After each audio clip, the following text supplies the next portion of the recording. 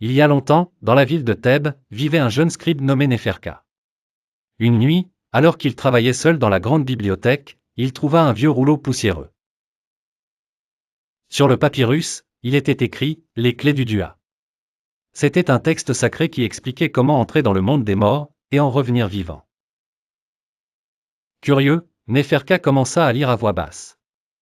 Soudain, un éclair de lumière illumina la pièce. Devant lui apparut Thoth, le dieu à tête d'ibis.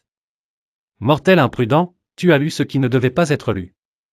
Tu devras maintenant prouver que ton âme est pure, ou tu resteras prisonnier du Dua pour l'éternité. » En un instant, Néferka se retrouva dans un désert nocturne, au bord d'une île céleste. Devant lui se tenait Anubi, le gardien des tombes, Maa, déesse de la vérité, et Osiris, juge suprême des morts.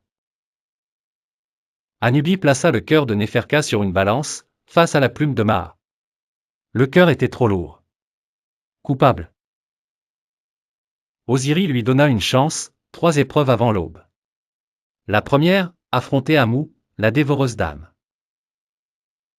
Néferka prononça le vrai nom du monstre et elle disparut.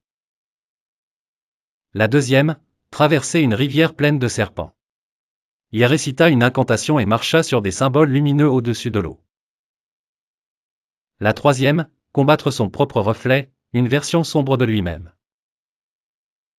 Il le vainquit en posant la plume de Maa sur son cœur.